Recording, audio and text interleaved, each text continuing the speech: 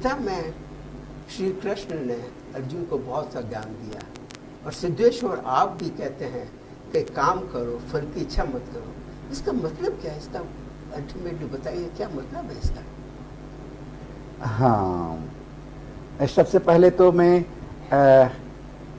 आप सबको साधुवाद देता हूँ और मैं अपने सन्यासी प्रथा की तरफ से आप सबका अभिनंदन करता हूँ कि इस प्रश्न उत्तर जो सभा बैठी है, इस सब में आप सबका स्वागत है।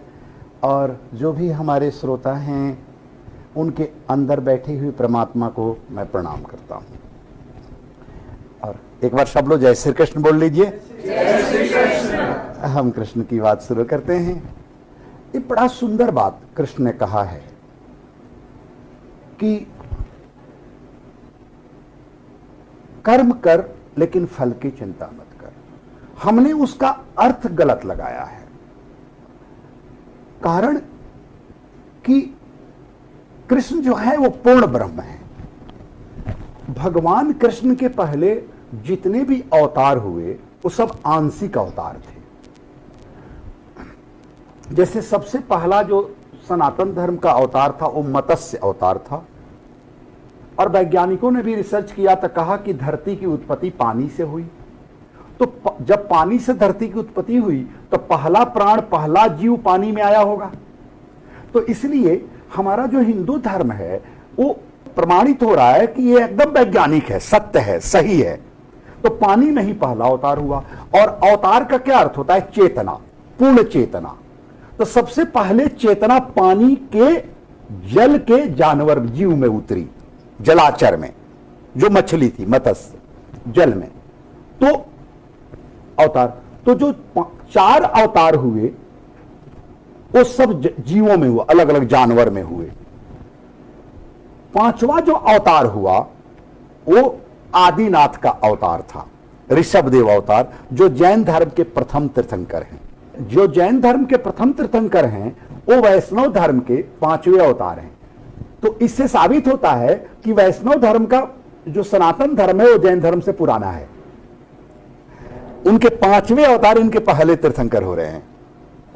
कारण कि सनातन धर्म के 5 टहनियां निकली, ब्रांच निकले, जिसमें 4 मेन हुए, वैष्णव, जैन, सिख और बौद्ध। तो वैष्णव धर्म भक्ति पर टिक गया। वो भक्ति करते हैं, आरती गाएंगे, भगवान की भक्ति करेंगे, पूजेंगे, पूरी तरह समर्पित है, वो मैन विथ सरेंडर होते हैं। दूसरी धर्म निकली, जो एक व्यवस्था निकली, एक पथ निकला, जिसको जैन धर्म कहा गया। तो जैन धर्म त्याग पर निकला। तो कृष्ण के पहले जितने भी अवतार थे वो सब आंशिक अवतार थे। जैसे किसी को 4 कला, किसी को 6, किसी को 8, किसी को 12, किसी को 16 सिर्फ कृष्ण को मिली। राम को 12 कला मिली थी। कारण कि मनुष्य का शरीर में आए थे, भगवान उतरे थे, मर्यादा पुरुषोत्तम राम। तो मनुष्य के शरीर में 12 कला ही अट सकती है। कारण कि 12 चीजों से ही मनुष्य का शरीर बना है। 5 कर्म इंद्रियां, 5 ज्ञान इंद्रियां, मन और बुद्धि। मन 5 कर्म इंद्रियों से बनती है, बुद्धि जो है 5 ज्ञान इंद्रियों से बनती है। तो 5 कर्म, 5 ज्ञान इंद्रियां, कर्म इंद्रिया और मन और बुद्धि, तो 12 चीजों से। तो इसलिए 12 कला मिली। 13 कला अगर उतरती तो शरीर जल जाता, अट ही नहीं सकता है ज्यादा, तो मनुष्य के शरीर में। लेकिन कृष्ण के साथ ऐसे हुआ कि पूरा का पूरा ब्रह्म इस धरती पर उतर आया, पूरी की पूरी ब्रह्म। तो 16 कला लेके ब्रह्म आया है। और भगवान राम के जो भक्त हो रहे हैं हनुमान, वो मनुष्य से थोड़े नीचे हैं, बंदर जोनी में है। और डार्विन कह रहा है कि मंकी का शरीर ही रिफाइन होते होते होते तो मनुष्य बना है, मनुष्य बना है। इसलिए मनुष्य के शरीर में टेल बोन होता है अभी भी। और एक उदाहरण भी एकदम अपने को सटीक बैठता है कि हनुमान ना पूरी बंदर है ना मनुष्य है। अतः हनुमान का शरीर बंदर से मनुष्य बन रहा है। उसी समय राम की घटना घटी, वो प्रकाशित हो गए, सामने आ गए। तो कृष्ण जो हैं वो अर्जुन को गीता सुना रहे हैं। अर्जुन जो है वो नरश्रेष्ठ है, नरों में उत्तम है, द बेस्ट पर्सनालिटी है, मतलब धरती का सबसे बड़ा मनुष्य है वो, द बेस्ट पर्सनालिटी, नरों में श्रेष्ठ, उतना बड़ा श्रेष्ठ कोई नहीं है। और उसको कृष्ण सुना रहे हैं गीता। तो पूर्ण ब्रह्म, द बेस्ट पर्सनालिटी को वो शास्त्र सुना रहा है। तो भाषा ब्रह्म का, समझने वाला द बेस्ट पर्सनालिटी, और सुनाया कहां जा रहा है? युद्ध क्षेत्र में। तो कायरों को समझ में आएगी, जो वीर नहीं है उसको समझ में आएगी। तो कहने का अर्थ पूर्ण ब्रह्म सुना रहा है, अर्जुन को सुना रहा है, जो महारथी है, नरश्रेष्ठ है। तो ब्रह्म का भाषा नरश्रेष्ठ को सुनाया जा रहा है, और अर्जुन भी समझ नहीं पा रहा है। इसलिए कहा है, प्रभु हो सके तो दिखा दीजिए, दिखा दीजिए। सुन नहीं, समझ नहीं पा रहा है कानों से, उसको नहीं उतर रहा है अंदर। अर्जुन भी नहीं समझ पा रहा है, तो कह रहा है दिखा दीजिए। तब कृष्ण दिखाने लगते हैं तो दिख भी नहीं रहा, कारण कि उस साधारण दृष्टि से दिखे कैसे? तो कृष्ण दिव्य दृष्टि देते हैं, कारण कि अगर उन आंखों से उस रूप को देख लेता तो आंखें अंधी हो जाती, फिर दूसरा कुछ नहीं देख पाता। तो इसीलिए जब आप लोग कहते हो ना कि गुरुदेव मुझे अपनी दिव्य दृष्टि दिखाइए, तो मैं सोचता हूं एक बार देख लोगे तो फिर दूसरी दुनिया को ना देख पाओगे, फिर तो अंधे हो जाओगे। इसलिए जिन जिन लोगों ने इतिहास गवाह है, परमात्मा को देखा है वृंदावन में, दोबारा नहीं देखा, अंधे हो गए। आप कहानी पढ़े होंगे कि गोपियों को देखे, इसको देखे, उसके बाद अंधे हो गए, वो देख ही नहीं पाएंगे।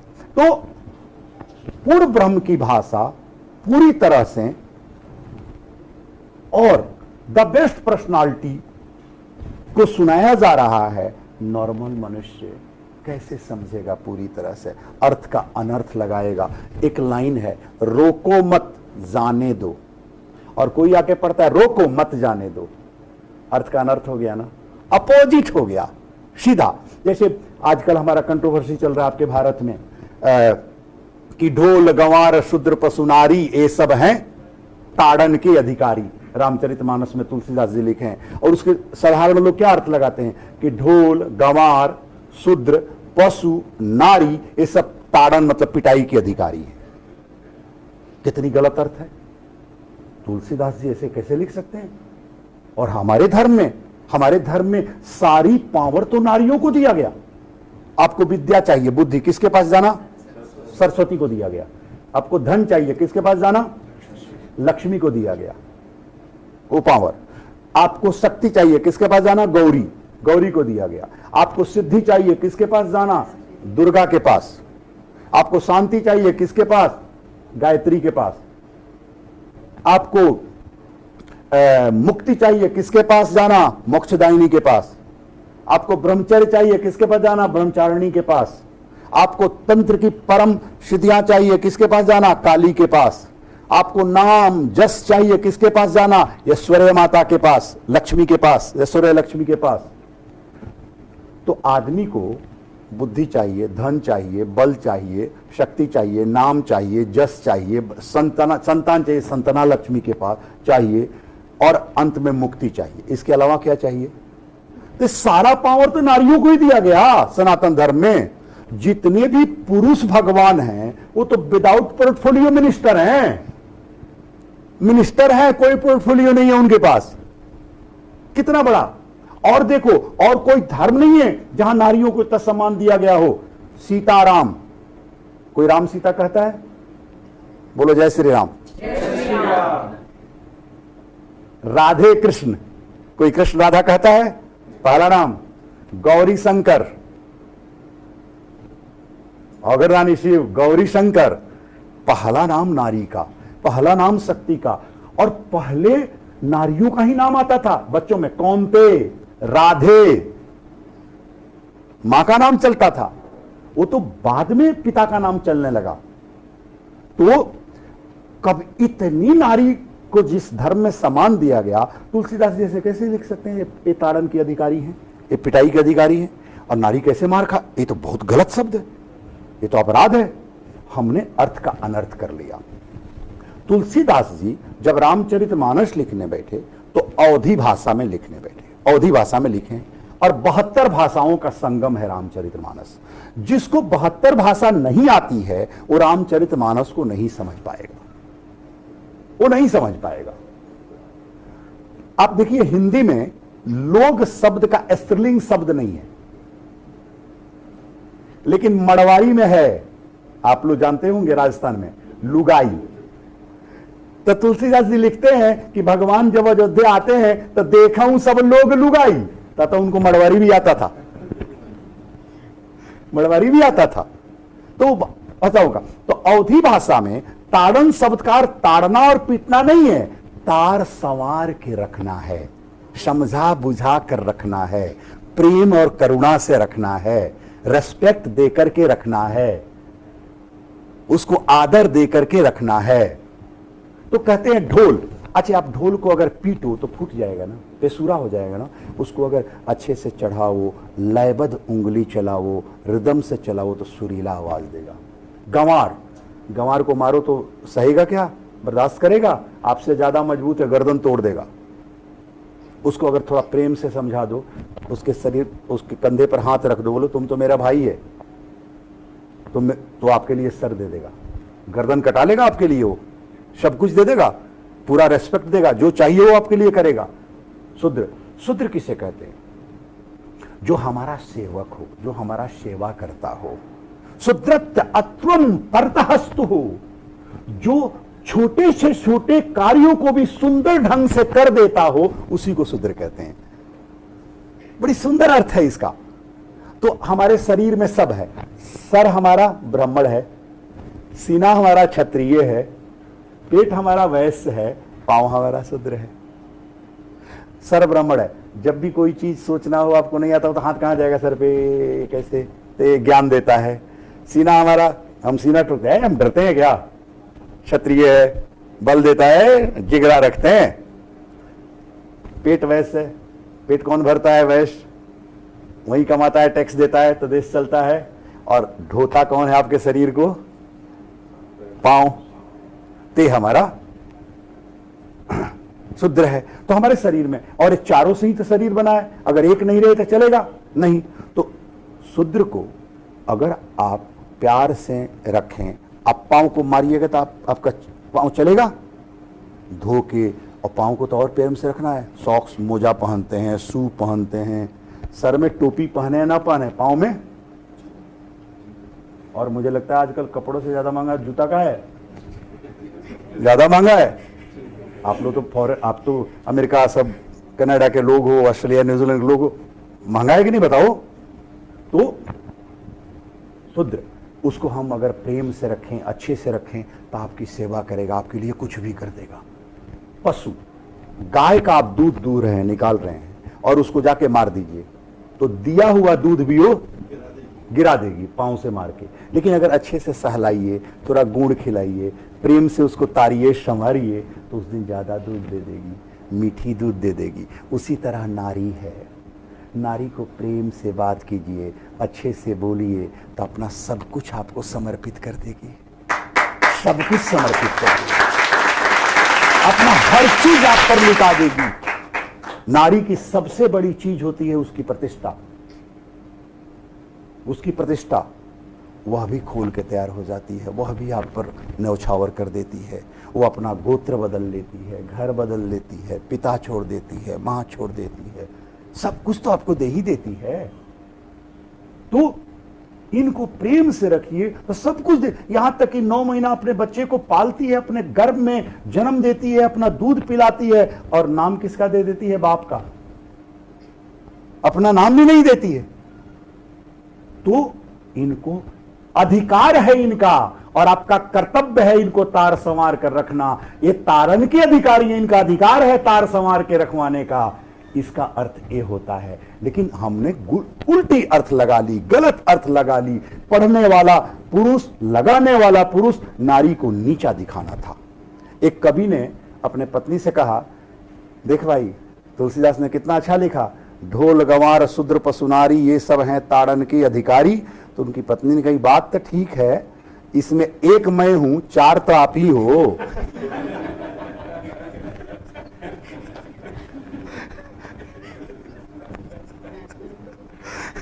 हां, तो मेरे बंधुओं, इसका जो आपने कहा कि फल की चिंता मत कर, एक गलत है। फल की चिंता क्यों नहीं करेंगे? नहीं करोगे तो तेरे कर्म का अर्थ क्या होगा? बिना फल का कर्म का कोई माने ही नहीं है। बिना वर्क डन का वर्क मीनिंगलेस है। वर्क डन होना जरूरी है। हमारा आउट ऑफ कंटेंट, इसका सही अर्थ जो आउट ऑफ कंटेंट है वो कोट किया गया है, वो गलत किया गया है। मेरे हिसाब से अगर कोई कहे कि फल की चिंता मत कर, कर्म करते जा, यह गलत है। यह कब? मैं तो कहता हूं 200% चिंता कर दो, 200% कर, कंप्लीट एनर्जी लगाओ, पैशन, एनर्जी, कमिटमेंट, डेडिकेशन। जब तक आप नहीं देंगे अपने कर्म में, अपने कार्य में, तब तक आप सफल नहीं होंगे, तब तक सफल नहीं होंगे।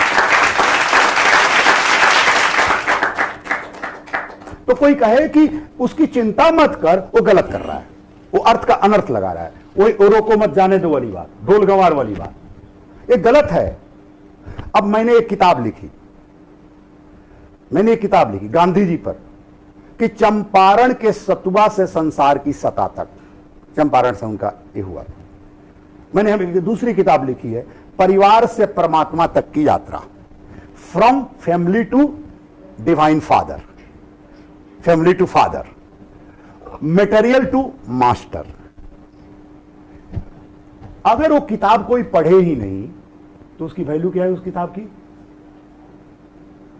मैं तमाशा देखने के लिए लिखा क्या?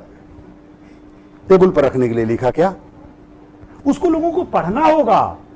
तो कहने का अर्थ है हमें उसकी फल के बारे में सोचना है।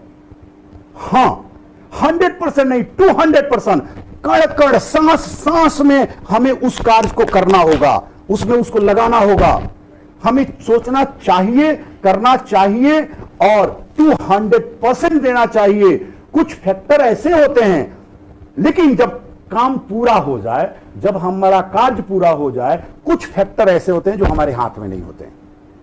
जैसे मैं कहता हूं ना, man can not do God's work, God can do everything, but God will not do man's work. सही है? आदमी भगवान का काम नहीं कर सकता। भगवान कुछ भी कर सकता है, लेकिन आदमी का काम नहीं करेगा। अब थाली में हम भोजन रखें, कहे भगवान मेरे मुंह में उठा के डाल दो। हाथ क्यों दिया है तुमको? एनर्जी क्यों दिया है? हाँ, जिस दिन पैरालिसिस हो जाएगा, तेरा हाथ नहीं चलेगा, उस दिन डालने वाले को भेज देगा। कोई आ जाएगा डालने वाला, तेरा पति डाल देगा, तेरा कोई डाल देगा। तुम एक चीज हमेशा देखना, तो जब काम पूरा हो जाए, जब तुम सफल हो गए और या असफल हुए, किसी तरह से काम पूरा हो जाए, जो फैक्टर तेरे हाथ में नहीं है, या काम पूरा होने के बाद उस पर अहंकार मत करना कि मैंने किया, उससे अटैचमेंट मत हो जाना, उसको पकड़ के मत बैठ जाना, अहंकार मत कर लेना, लोभ मत कर लेना, ग्रीड मत कर लेना। तब सोचना डिटैचमेंट, ये परमात्मा की कृपा से हुआ है, होना था हुआ, मैंने अपना प्रयास कर दिया, जो नहीं हुआ तब भी ठीक, जो हो गया तब भी ठीक। Do your the best, leave on God rest. हमने अपना द बेस्ट कर लिया, जो बचा हो भगवान जाने, रेस्ट भगवान पर छोड़ दिया। रिलैक्स हो जाओगे, टेंशन नहीं होगे, ब्लड प्रेशर नहीं आएगा, शुगर नहीं आएगा, अच्छे हो जाओगे। अटैचमेंट विथ डिटैचमेंट होने के बाद फल की चिंता कौन करता है? छोड़ना, जो हो गया वो हो गया, वो द बेस्ट हुआ। बस इसका अर्थ ये होता है।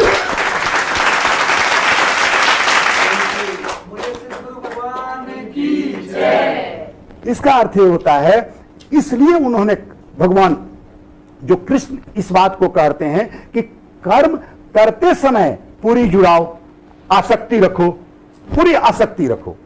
जब पूरी हो जाए तब अहंकार मत पालो, बी इजी, रिलैक्स रहो,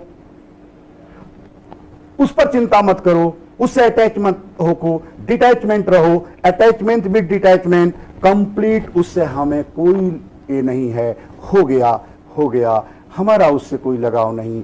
हंस पानी में रहता है लेकिन भीगता है, पानी से कभी भीगता है। दूध और पानी को मिला दो, हंस दूध को पी लेता है, पानी को छोड़ देता है। कमल कीचड़ से खिलता है, कीचड़ कभी अटैच होता है उसमें। तो उसी तरह होने के बाद कोई डिटैचमेंट नहीं, फल की चिंता, हो गया जा खत्म, जो हुआ हो गया। इसका अर्थ यह होता है